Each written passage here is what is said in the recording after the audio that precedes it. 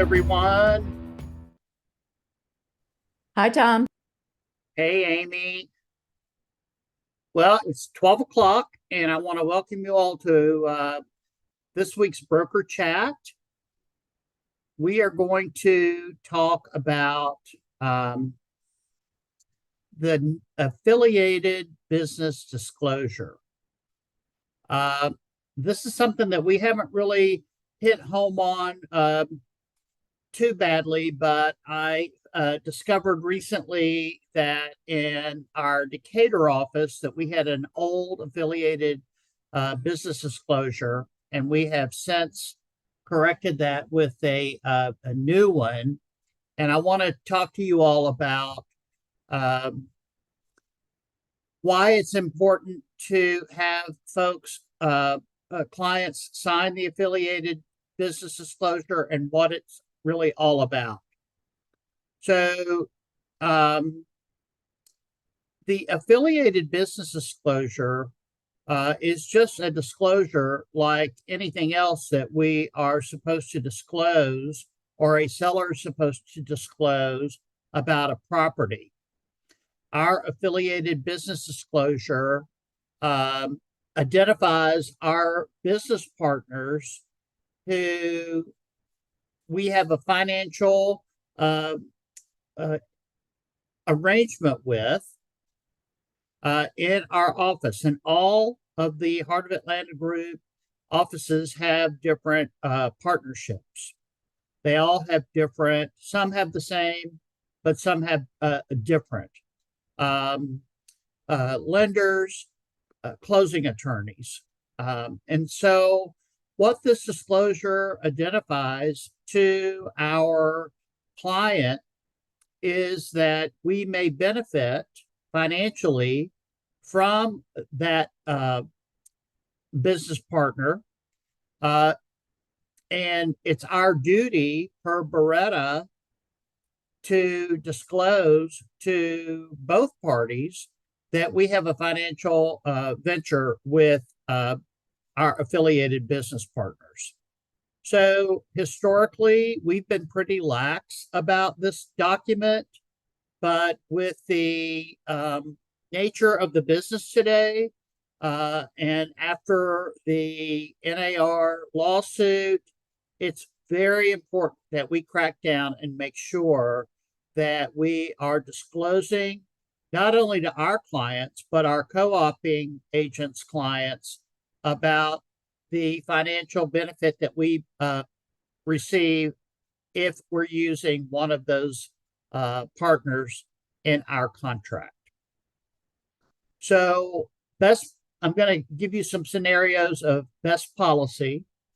And best policy is that if you are a listing agent or if you are a buyer's agent, at the moment that you get that listing agreement or buyer brokerage agreement signed and have that professional consultation with your client, the affiliated business disclosure needs to be signed by our client when we prepare our listing agreement or our buyer brokerage agreement, along with, if you're a listing agent, and if they're offering a seller's property disclosure or any other type of disclosure, and also if the property is subject to lead-based paint exhibit, we need to get all of those documents signed with our agreements to represent that party.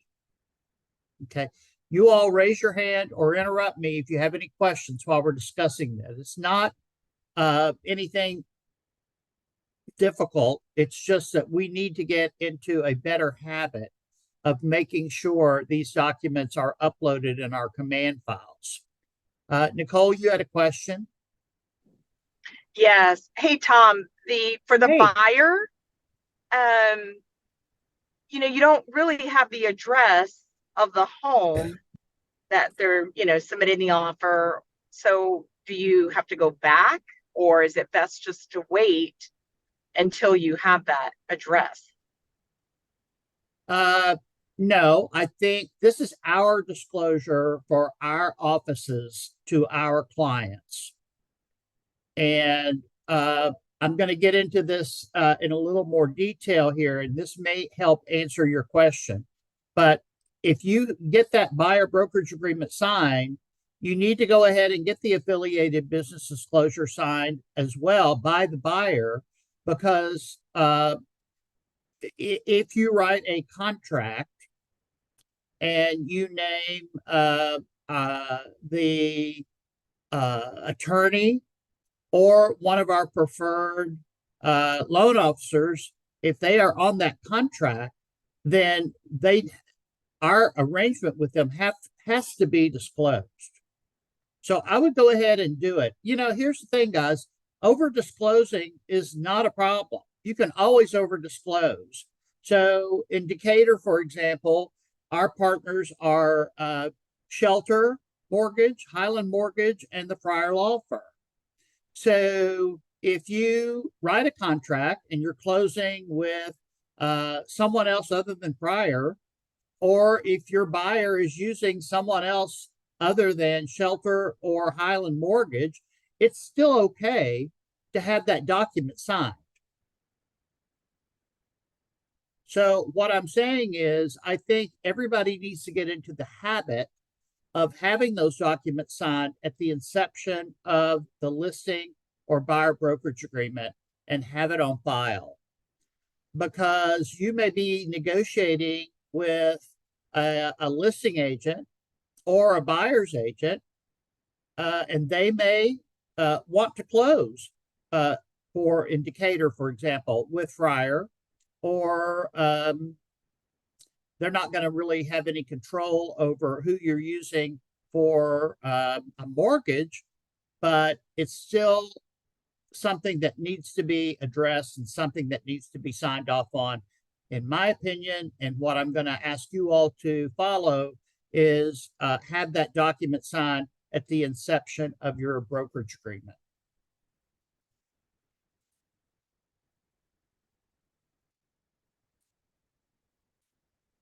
Okay, any questions so far? Nicole, does that sort of answer your question?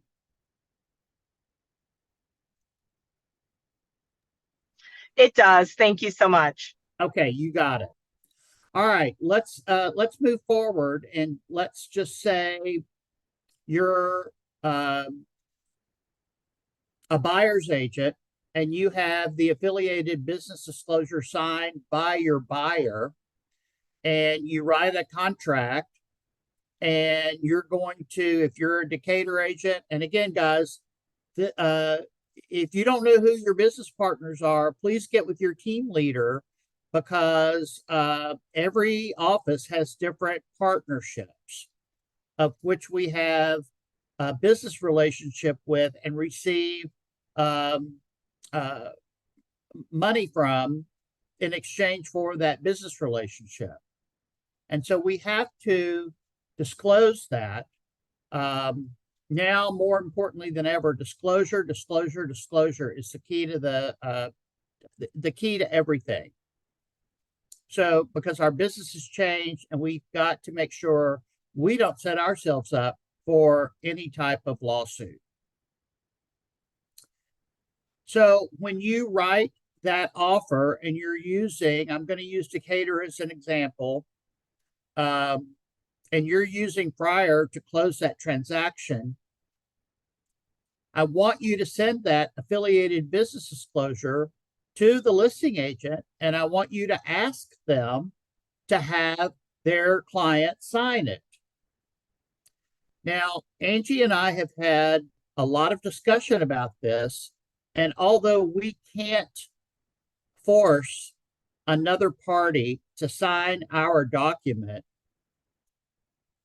we need to at least have an email uploaded in our command file that says it was presented and was refused to sign.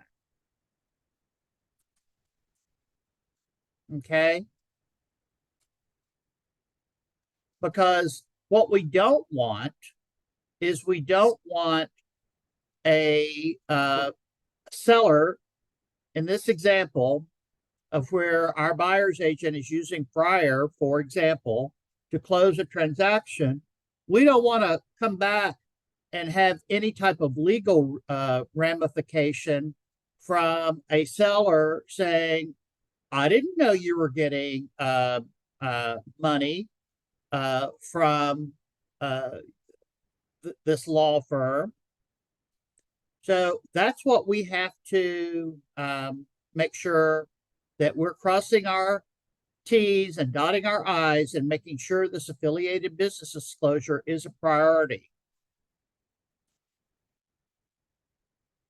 But again, we can't force that other party to sign it. But if they won't sign it and refuse to, I need you all to please upload the email that you sent to the listing agent or the buyer's agent.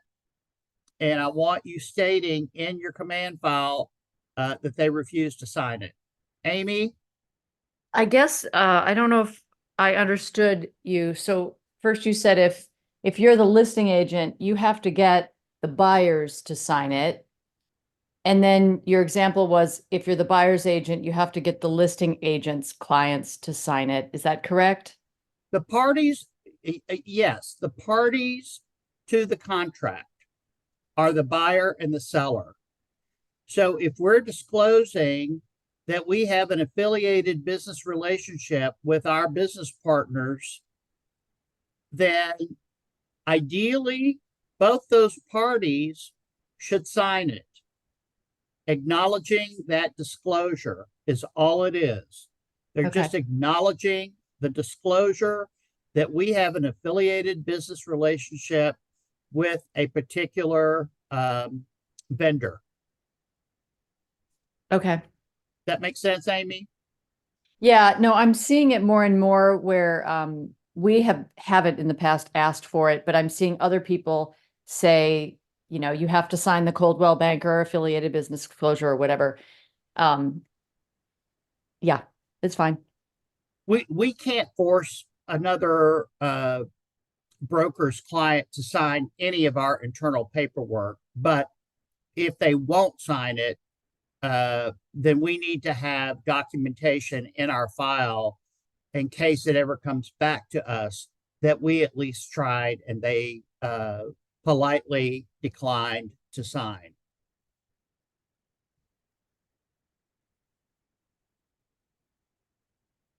Also, if you have a buyer or a seller sign your affiliated business disclosure and you're not under contract yet, you can also send that form. And if the other party signs it and you've got a signature on the affiliated business disclosure from one party, and you've got another affiliated business disclosure signed by the other party, that also counts as a executed document. So in other words, you may have two affiliated business disclosures in your file, one signed by the seller, one signed by the buyer, and that's perfectly okay. But I would prefer, and what I mainly see is that it's all signed on one form.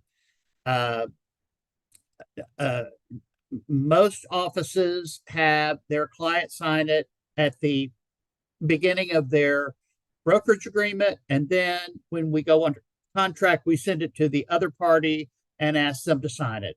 It's simply a disclosure, guys. It's not anything scary. It's not anything that commits anybody to anything. If they are agreeing in the contract that one of our preferred vendors is going to be used by our client, there's really no reason why it would be odd for them not to want to sign it. It's just simply a disclosure that we have a monetary relationship with that particular party. So our new form has at the top of the first page, it says to and the property address and the date. And so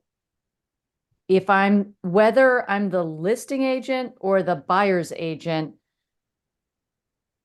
I'm having trouble figuring out who the two is. I asked this question and Angie said it when I'm working with buyers now, and I put the buyer's name in the two.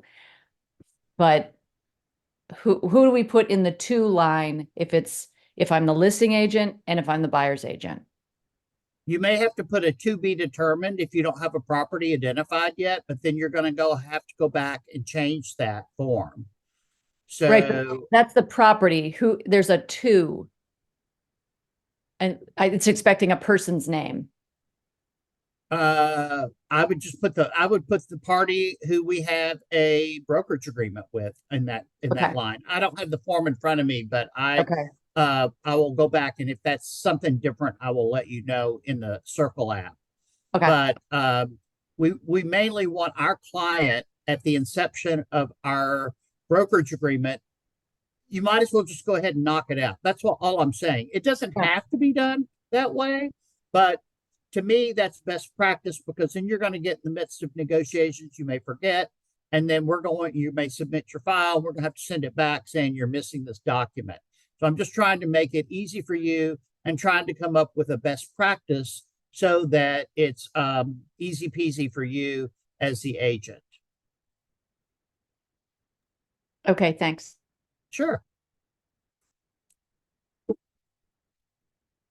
All right, so guys, that's simply all the business disclosure is about.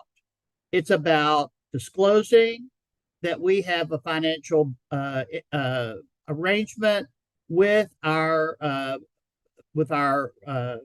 closing attorney or our loan officer or a mortgage company, and we're just disclosing it to the parties to the contract. We're asking them to sign it just to make sure that they understand that that we have a financial arrangement with that particular resource.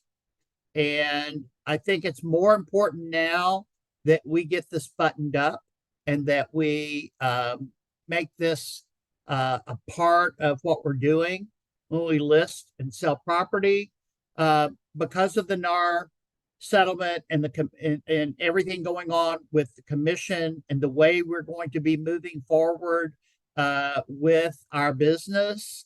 I just thought it was a timely topic to make sure everybody was on the same page with and understood the importance of that affiliated business disclosure and what it's all about. It's not a scary document. It's just disclosing that we have a financial interest and arrangement with either the closing attorney or the mortgage company.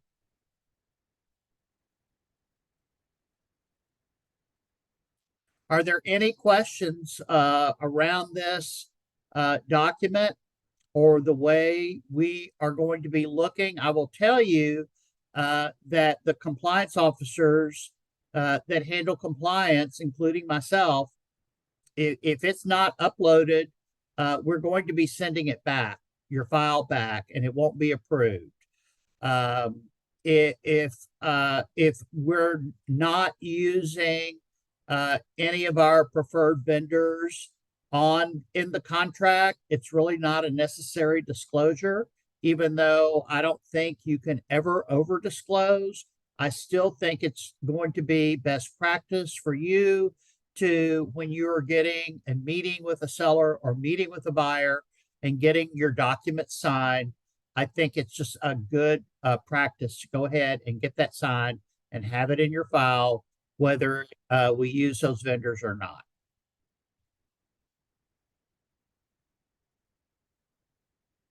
Okay. Everybody clear? Just want to make sure everybody's clear. I will be in Decatur tomorrow for the team meeting. I'm going to go over the same information. Is there anything else you guys want to discuss? I will say that Contracts 101 starts at 1 o'clock. This is our third session out of 4. We are going to be reformatting some of the content in Contracts 101 because in July, the GAR form updates will be launched, and there are going to be some changes in those GAR forms based on the fact that commissions are no longer going to be advertised. And we're going to talk about and continue to talk about those strategies. but some of the information that we have in those contracts 101 classes will be sort of a moot point because it's going to be in the GAR forms. Angie is working now on getting her, Angie's going to be working on and getting her GAR form update class approved for CE. And so that will be on the calendars here extremely quickly, because we want to make sure you guys get the updates as soon as they are made available. And we are also going to continue on calls like this, the broker strategy call, to talk about the strategies to help you as an agent make sure that you get paid what you charge.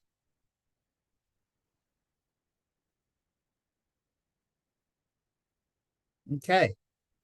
Y'all are being very quiet today. You know, I like to have lots of discussion. So anything else on your mind today that we can talk about?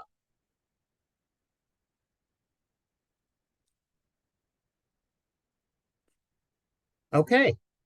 Well, you guys are going to get out early today. I hope that you will stick around and join Angie at 1 o'clock. And I appreciate you joining me today on the broker chat call. Thank you. Thanks a bunch. Have a great day. Thank you, Tom. Thanks, Tom.